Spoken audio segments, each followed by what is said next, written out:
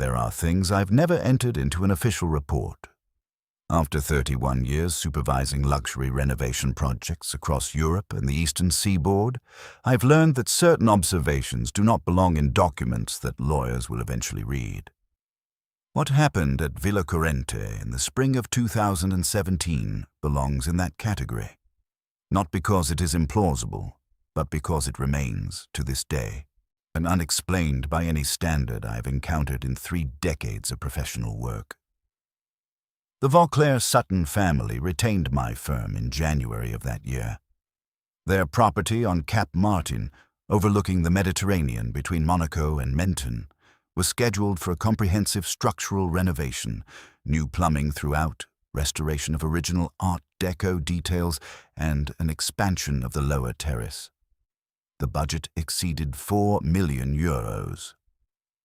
My role was to coordinate the architectural team, now to manage the contractors and ensure that every modification adhered to both municipal approvals and the family's own exacting specifications.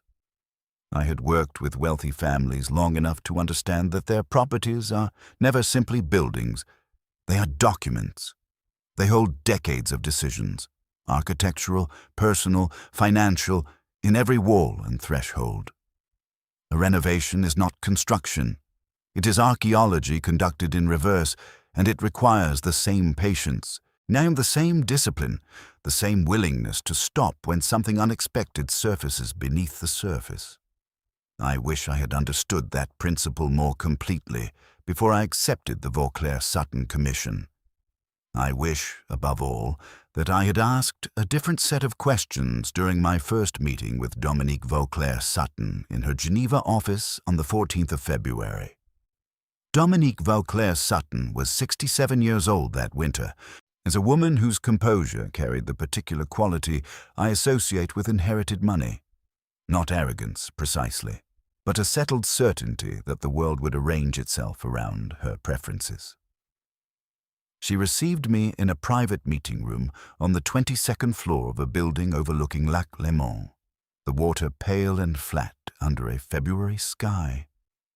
The renovation brief she provided was thorough. 15 pages of specifications, annotated with her own handwriting in the margins. Corrections, clarifications, prohibitions. She had clearly reviewed every detail herself rather than delegating the process to an assistant. This impressed me. Clients who understand their own properties make my work more reliable. The lower terrace expansion will be straightforward, she said, opening the brief to the structural drawings.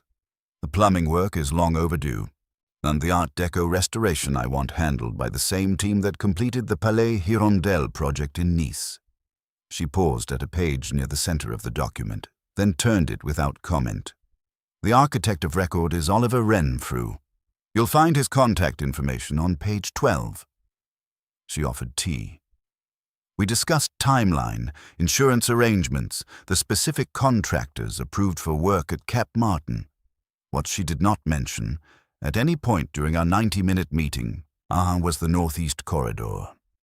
She did not describe it, did not reference it in the brief, did not indicate in any visible way that it presented any particular consideration. I found this extraordinary later. At the time, I noticed nothing. Oliver Renfrew and I walked Villa Corrente together for the first time on the 4th of March, a Tuesday, when the Mistral had dropped and the coast lay quiet under thin morning light. And the villa occupied a narrow promontory above the water. 3 levels of pale stone, iron balustrades oxidized to a dark copper, bougainvillea still dormant along the south wall. Built in 1926. Renovated twice, according to municipal records, in 1958 and again in 1981.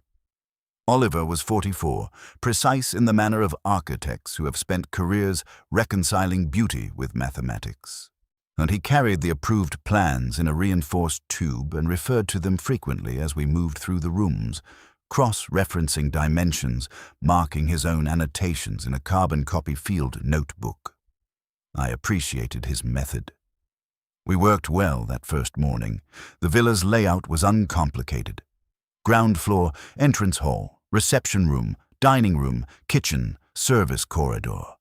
First floor, 4 bedrooms, 3 bathrooms, a library occupying the northeast corner. Second floor, a single large salon with terrace access on 2 sides. Basement, utility rooms, wine storage, mechanical systems. I completed my own measurements independently, as I always do. Room by room, corridor by corridor, I walked the distances and entered the figures into my field notebook. The process is habitual, barely conscious at this point. A professional reflex developed over 3 decades. When I reached the northeast corridor on the first floor, I noted a figure in my notebook and moved on. I did not yet understand what that figure meant. The approved plans designated the northeast corridor as 11 meters in length, connecting the library to the service stairwell at the far end of the first floor. My own measurement, conducted with a laser device I calibrate at the beginning of every project, returned a figure of 14 meters, 31 centimeters. I noted the discrepancy and assumed instrument error. This is always the first assumption. Equipment malfunctions. Reference points shift. In a building of this age, walls are rarely perfectly plumb, and accumulated tolerances can distort a single measurement meaningfully. I repeated the procedure from the opposite end of the corridor. 14 meters, 31 centimeters. I checked the approved plans again, standing in the corridor with the document unfolded at eye level. The architectural drawing showed clearly. 11 meters. With the library door at one end and the service stairwell door at the other, the intervening space consisting of 3 windows on the exterior wall and bare plaster on the interior wall. From where I stood, I could see only 2 windows. The third window, the one corresponding to the midpoint of the 11-meter corridor, was not present on the wall before me. In its place, the plaster continued unbroken, and the wall continued beyond, where, according to every document I had been provided, it should have ended. I walked to the point where the approved plans indicated the service stairwell door should appear. There was no door, there was wall, and then there was more corridor. Oliver Renfrew was downstairs when I found this. I did not call him immediately. I'm not a man given to drama. 31 years of professional work have taught me that nearly every apparent anomaly has a mundane explanation, and that the worst thing a project supervisor can do is generate alarm before the facts have been verified. I stood in the northeast corridor for several minutes, conducting my own internal audit before I reached for my phone. The measurements were consistent. The approved plans were the approved plans, stamped by the municipal authorities, countersigned by the Vauclair Sutton family attorney, filed with the relevant oversight body in Monaco. They were not the product of careless draftsmanship. Oliver Renfrew was a meticulous architect. The discrepancy was real. 3 meters, 31 centimeters of additional corridor existed beyond the point where the approved plans said the corridor ended. I paced the excess length twice. The floor was the same herringbone parquet as the rest of the first floor, worn with age in the manner that decades of foot traffic create. Not uniform wear, but the subtle groove of repeated paths, and of someone turning at a particular point, of weight distributed the same way over many years. This floor had been used. It had been used regularly. The interior wall that should not have existed was plaster over stone, consistent with the villa's original construction. There was no seam, no evidence of later addition. The baseboard molding, the original 1920s profile, ran continuous along the floor. Whatever this space was, it had been part of Villa Corrente from the beginning, and it had simply never appeared in any record I had been given. Oliver's reaction when I showed him the corridor that afternoon was professional and controlled. He walked the full length twice, took his own measurements, compared them to the plans. Then he stood at the far end, at the wall where nothing was, and ran his palm slowly along the plaster surface without speaking. "This isn't a drafting error," he said finally. "No," I agreed. He was quiet for a moment. Outside, now through the two visible windows, the Mediterranean caught the afternoon light and held it. "Someone removed this section from the approved plans," Oliver said. "This is original construction. The wall dates are consistent. The molding matches." Someone had access to the municipal records and excised this portion of the corridor before the documents were filed. He paused. Or after.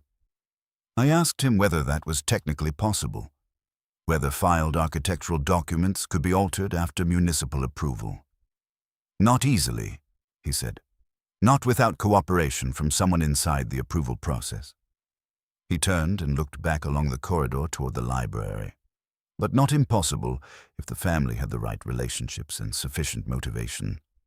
I asked him what he thought was on the other side of the wall at the end. He did not answer immediately. He pressed his palm flat against the plaster again. The same gesture, now deliberate.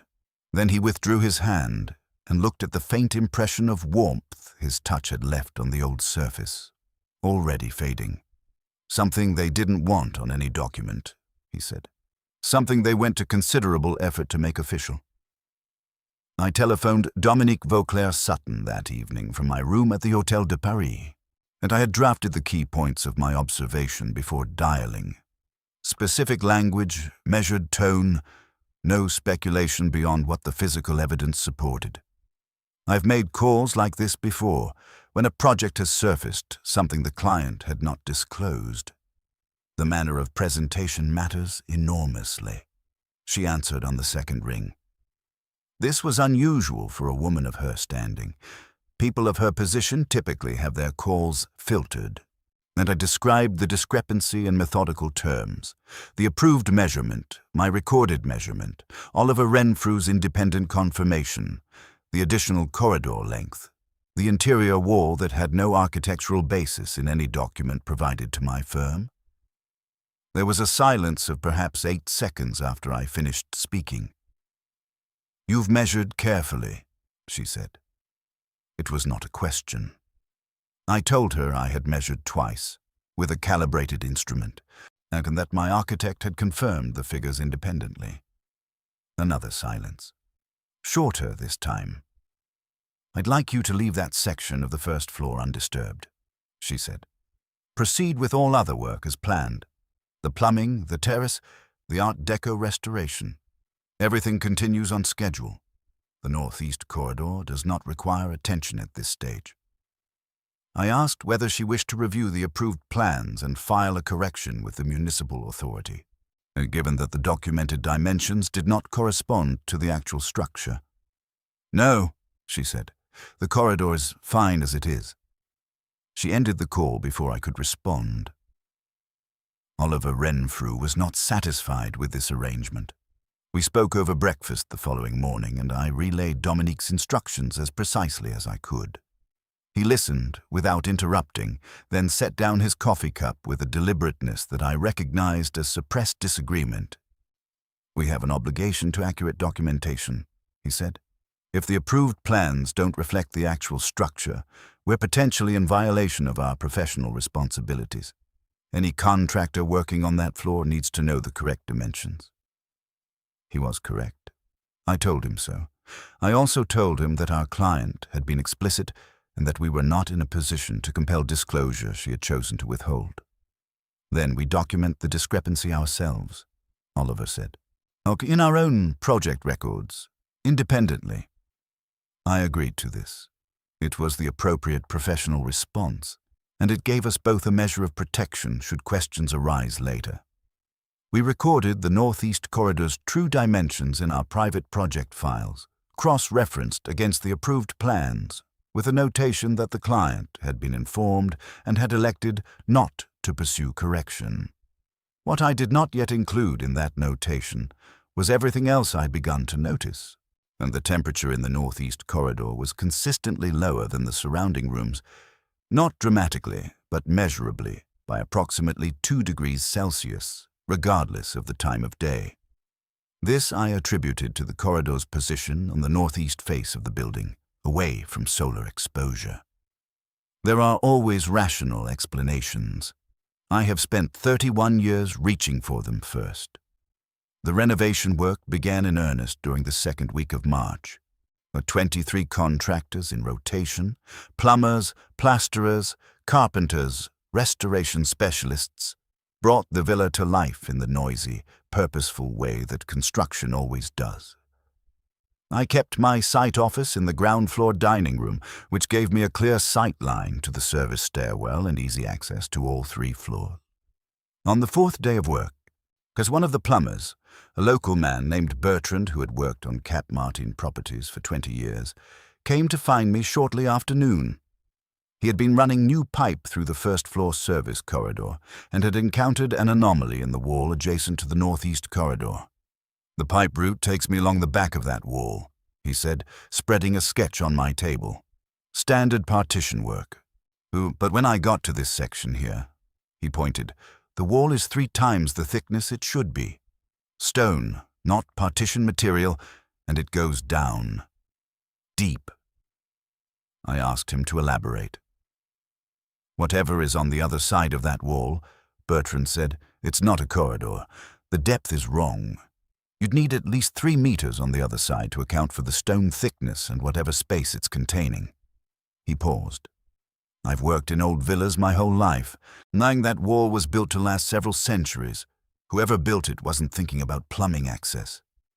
He tapped the sketch. "They were thinking about keeping something in, or keeping people out."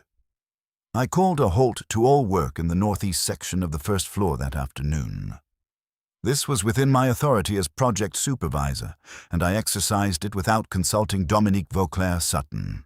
Bertrand's observation had changed the nature of what we were dealing with. A hidden corridor is an architectural anomaly. A concealed chamber with walls built to medieval specifications is something else entirely. I requested the villa's original construction documents from the family's attorney, a careful man in his 50s named Edouard Forestier, who maintained offices in Monaco ville. I framed the request as a standard due diligence matter, necessary for the structural plumbing work, and he forwarded what he had within 24 hours. The original 1926 construction permits referenced a basement storage area and the standard rooms of the villa. There was no mention of any chamber or reinforced wall on the first floor. But the documents themselves presented a peculiarity. The construction drawings had been hand-copied at some point from what appeared to be earlier originals. The copies were excellent, precise, professional. But in certain places, the copying hand had hesitated, leaving small and barely perceptible gaps in the ruled lines before resuming. A professional might never notice them. Someone accustomed to reading documents as I read them noticed immediately. The gaps occurred at the same location in each drawing, the northeast corner of the first floor. Whatever the original documents had shown in that corner, someone had omitted it. Carefully, systematically, and with sufficient skill that only the hesitation remained as evidence. Oliver and I spent that evening in the dining room with the copied construction documents spread across every surface. We worked methodically, cross-referencing measurements, tracing the gaps in the ruled lines against the known dimensions of the first floor. When we had finished, we had a rough outline of what the original drawings had likely contained: a room or a connected series of smaller spaces occupying the northeast corner behind the wall that Bertrand had identified. The dimensions we could reconstruct suggested a space of approximately 30 square meters. Not large, but deliberately proportioned. The ratios corresponded to a ratio I recognized from my work in older European properties, where certain rooms were designed not for daily use but for specific purposes, requiring particular acoustics, particular light, particular degrees of isolation from the rest of a building. "This was designed," Oliver said quietly, looking at our reconstruction. "Not improvised? Someone brought this to an architect in 1926 and said, 'I need this room, and I need it to not exist in any document.'" I asked him who could have arranged that in 1926. "Someone with money and patience," Oliver said, "and someone who understood that buildings outlast individual memories. They weren't hiding this from their own generation. They were hiding it from ours. He rolled up the plans and put them back in their tube. Outside, the Mediterranean was audible, a slow, continuous sound against the base of the cliffs, patient as the stone itself. I sat with that thought for a long time before I was able to sleep. Dominique Vauclair Sutton arrived at Villa Corrente on the 15th of March, unannounced. I was conducting a morning inspection of the terrace excavation when her car came up the coastal road, a dark sedan, driven by someone I had not seen before. She emerged without luggage, wearing a coat appropriate to Paris in autumn rather than Monaco in spring. She had not, in any of our previous interactions, seemed like a woman who dressed for weather. She seemed suddenly like a woman who had dressed for something else entirely. I met her at the entrance. She accepted my greeting with the same composed courtesy she had shown in Geneva, then asked to walk the first floor. We walked it together. She moved through the library without pausing, and through the 2 occupied guest rooms currently serving as contractor storage, through the main bathroom. When we reached the northeast corridor, she stopped at its entrance and looked along its length without stepping in. "You've halted work here," she said. I told her about Bertrand's discovery, the wall thickness, the probable chamber behind it. I told her about the construction documents, the gaps in the copied drawings, the reconstructed outline Oliver and I had produced. So she listened to all of it. Her face gave nothing away, which was itself a kind of communication. "How far has your architect taken this analysis?" she asked. I told her we had confined ourselves to documentary reconstruction. We had not touched the wall. "Good," she said. "Don't." She turned and walked back toward the library. Then she stopped, her back still to me. "My grandfather built this villa," Dominique said, still facing the library door. "He was 31 years old. Saying he had made his money in shipping and in certain arrangements related to the transport of goods between North Africa and the south of France that I won't detail to you." She paused. "He was not a good man. He was a successful one, which in his world was the same thing." She turned then, and her face had changed in a way I could not precisely identify. The composure was still present, but there was something beneath it now. Not grief, but something older than grief, something that had been carried for a long time and had taken the shape of the person carrying it. The room at the end of this corridor was built for purposes I learned about very gradually, as I got older and the family's various silences began to resolve into something coherent. My father knew what was there. He chose not to address it. His father's choices were, by then, irretrievably part of the family structure. She moved toward the corridor entrance but did not cross the threshold. "I commissioned this renovation because I am 67 years old, and I do not have children who will outlive me. When I am gone, this property will pass to a foundation I have established." I wanted the renovation complete before that transfer. I wanted the building to be correct in as many ways as I could manage. She was quiet for a moment. "But the corridor is not something I can make correct. Not easily." I asked her carefully what the corridor contained. No, she walked to the second window, the final window on the northeast wall, the one that corresponded to the end of what the approved plans showed. She looked out at the water for a long time without speaking. "My grandfather transported people," she said, "between 1926 and 1938, from North Africa primarily. People who had money enough to pay for passage, but whose passage could not be arranged through official channels. Some of them were political, because some of them were simply people whose identities or origins made official travel dangerous." She placed her fingers against the window glass without pressing. "Not all of them arrived at their destinations." She did not elaborate. She did not need to. "He built this villa in 1926 as a point of transit. The room at the end of this corridor was a waiting space. People stayed there, sometimes for days, before arrangements could be completed. The room was designed to be undetectable because the risk of discovery was considerable. The people inside it could not make noise, could not be seen from outside, could not appear in any record. She removed her fingers from the glass. The mark her touch left faded slowly. Some of them were there when things went wrong, when arrangements failed, when the money ran out or the contact on the other side went silent. She paused. My grandfather continued to use the room after that. There are records, in documents I inherited. Records he kept himself. That evening I returned to the northeast corridor alone. The contractors had gone for the day.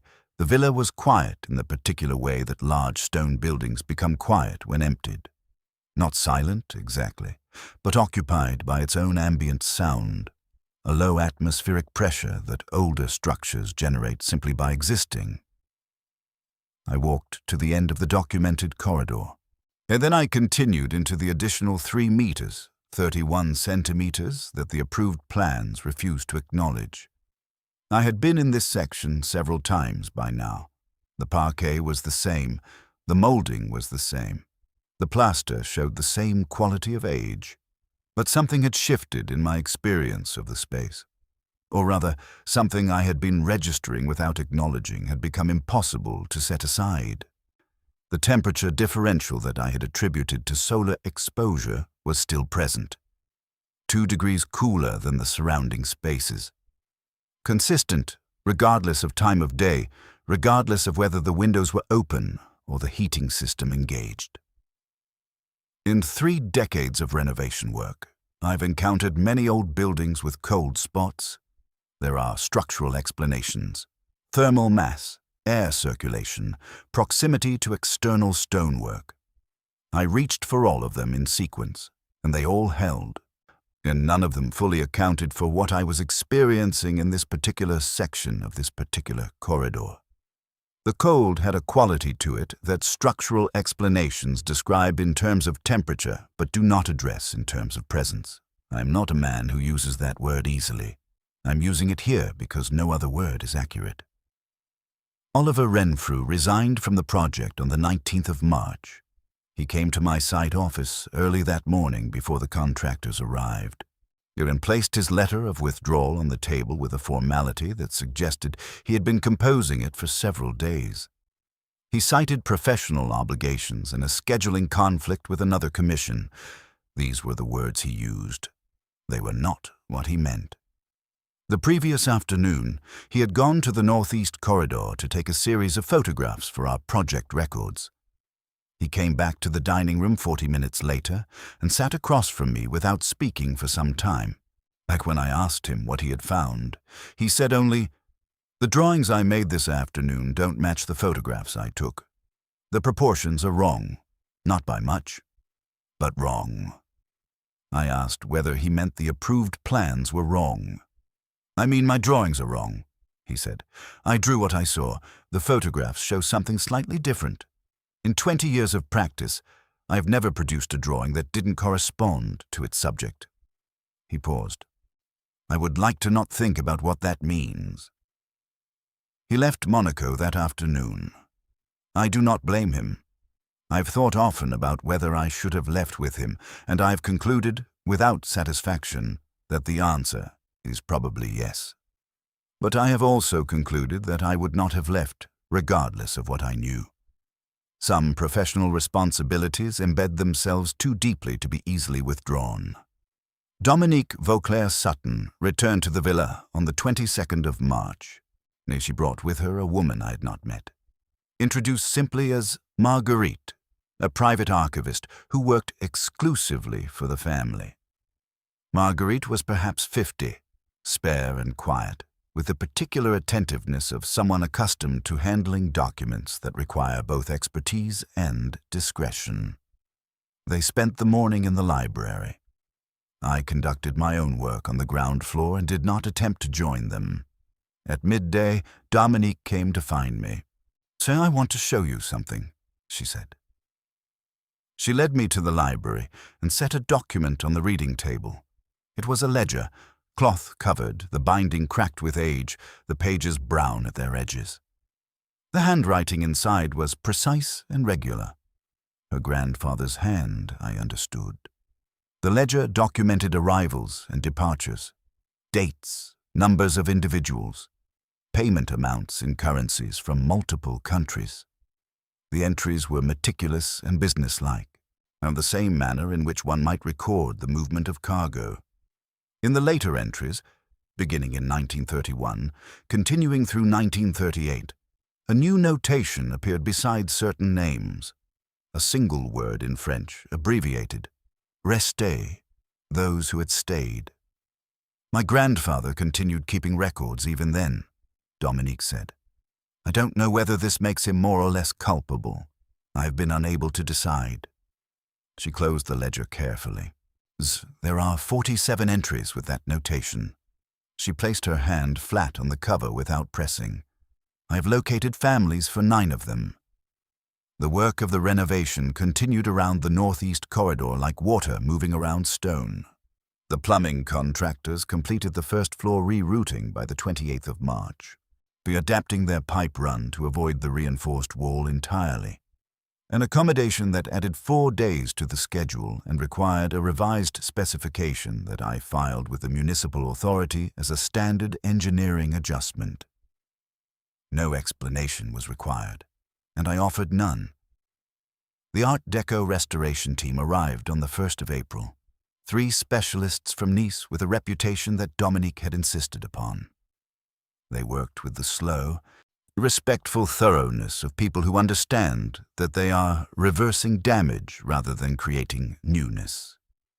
I found their presence in the villa easier to bear than the plumbers or the carpenters, perhaps because their work required silence. By the 2nd week of April, Marguerite had established a working pattern that I began to map without intending to. She arrived each morning before the contractors. She spent 2 to 4 hours in the library with the family's private documents. Some afternoons, she walked to the northeast corridor and stood at its entrance for a period, 5 minutes, sometimes 10, without entering. Then she returned to the library. I asked her once, passing in the entrance hall, whether she was making progress with the family records. She considered the question carefully before answering. I'm making progress with the families, she said. That is a different thing. The records themselves have not changed. It is what we do with them that changes. On the 9th of April, a Tuesday, I arrived at the villa at 7:30 in the morning to find that the northeast corridor had changed. I use that word precisely. Not that something in the corridor had changed. The corridor itself had changed. The additional 3 meters, 31 centimeters, the undocumented section, in the section beyond the approved wall, felt different in a way that I spent considerable time attempting to describe in my personal field notes and ultimately could not, to my own satisfaction, fully articulate. The temperature differential remained. The parquet remained. The molding remained, but the quality of the light had altered. The northeast corridor received indirect light through its 2 windows in the mornings, a cool, diffuse illumination. On this morning, the light at the far end of the undocumented section appeared slightly warmer than it should have been, given the aspect of the building and the position of the sun at 7:30. Not dramatically, perhaps perceptibly, only to someone who had been in this corridor every working day for 5 weeks. I stood at the boundary between the documented and undocumented sections. I stood there long enough to be certain that what I was observing was consistent and not a product of morning disorientation. Then I walked the full length of the corridor, all 14 meters, 31 centimeters, and I placed my hand flat against the reinforced wall at the far end. The stone was warm, not body warm, not radiator warm, but warm in a way that exterior stonework on a cool April morning should not be. I told Dominique that evening. She received the information without visible reaction, which had become, over the course of our working relationship, a response I understood to be significant. The absence of her reaction was itself a form of knowledge. "How many days has this been occurring?" she asked. I told her I had first noticed it that morning, but that I could not be certain it had not begun earlier and remained beneath my threshold of observation. Since the archivist began her work, Dominique said, it was not a question. She was quiet for a time. I want to explain something to you, she said, about why I commissioned this renovation, the honest reason, not the practical one. She moved to the window overlooking the terrace where the day's work had left a layer of fine stone dust on the balustrade. My family has held this property for 90 years.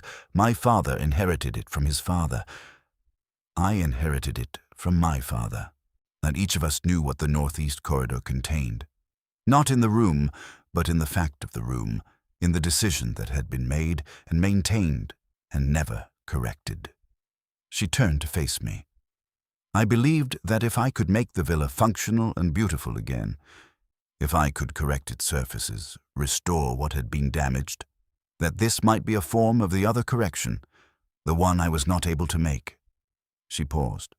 I understand now that buildings do not work that way. Marguerite located the 23rd family on the 15th of April. She told me this in the entrance hall, where I was reviewing a delivery manifest for the restoration material arriving that morning. She mentioned it in the same tone she used to discuss everything, measured, precise, without emphasis.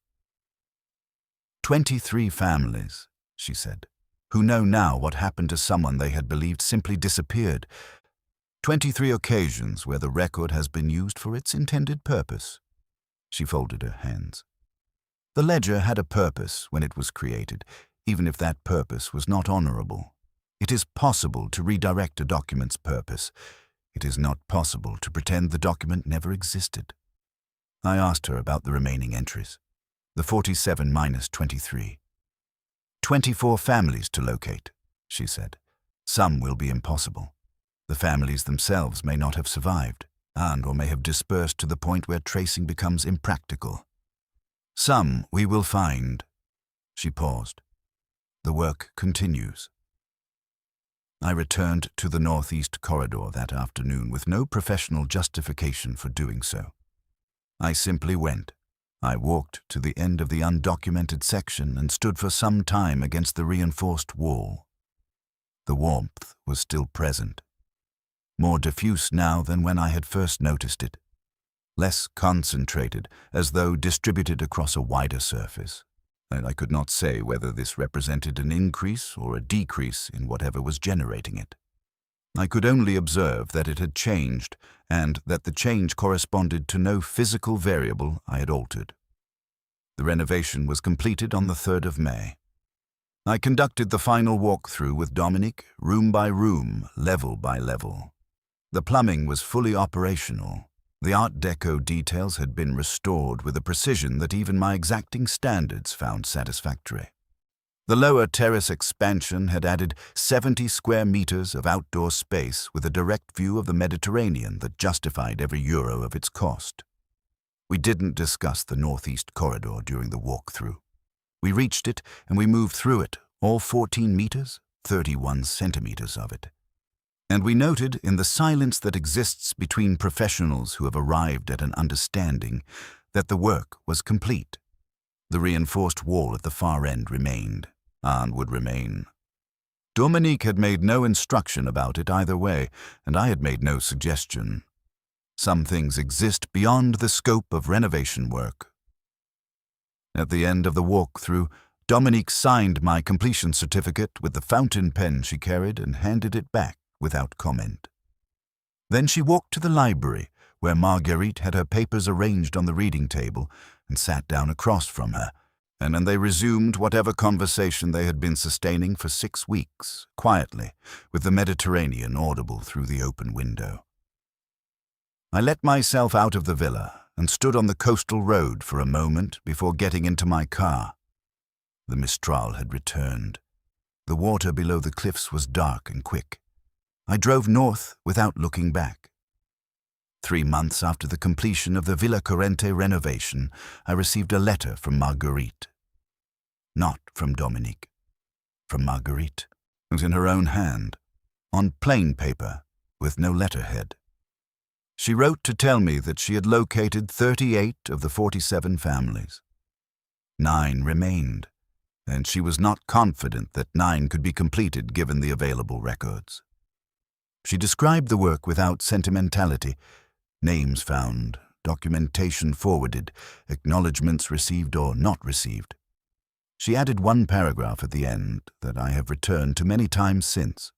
She wrote that the family for whom she worked had a particular relationship with records, a family that had built its position through the careful management of what was documented and what was not, and that she had spent her career working within this system before understanding, gradually, that documentation withheld is not the same as truth eliminated. The truth remains. It requires only the correct form of attention. She noted that the northeast corridor at Villa Corrente had been measured again as part of the Foundation's formal assumption of the property in August. The measurement was conducted by a surveyor with no previous knowledge of the property. His figure was 11 meters, the approved length. She offered no explanation for this. Neither will I. I have my own records from March, my own calibrated measurements, my own field notes, Oliver Renfrew's independent confirmation. Those figures do not change. What happened to the additional meters, I cannot say. What happened in those meters, I understand better than I did. I am not a man who believes easily in things that resist documentation. My profession is, in its essence, the practice of making the physical world legible, of translating a building into measurements, a project into records, and a client's requirements into specifications that can be verified and filed and held against the evidence of what was actually built. The northeast corridor at Villa Corrente resists this practice. It has resisted it from the moment I first stood in its additional 3 meters and felt the cold that had no structural cause.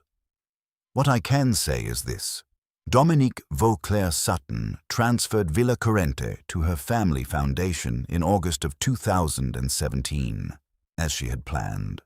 The foundation's stated purpose includes historical documentation and the support of research into displacement and transit in the Mediterranean during the 1920s through 1940s. Marguerite remains employed by the foundation. The property is maintained by a local staff. Visitors are received by appointment, primarily researchers with academic affiliations. And I've spoken with one of them, a historian who visited the villa in 2018, who told me that the northeast corridor is consistently noted by visitors as an unusually peaceful space, though they can rarely account for why. He also told me that on cold mornings, the wall at the corridor's far end retains a warmth that the building's heating system does not explain. I have not returned to Monaco. I have not needed to. Some projects leave a residue that visits carry with them permanently, long after the contract is signed and the file is closed. I carry this one still.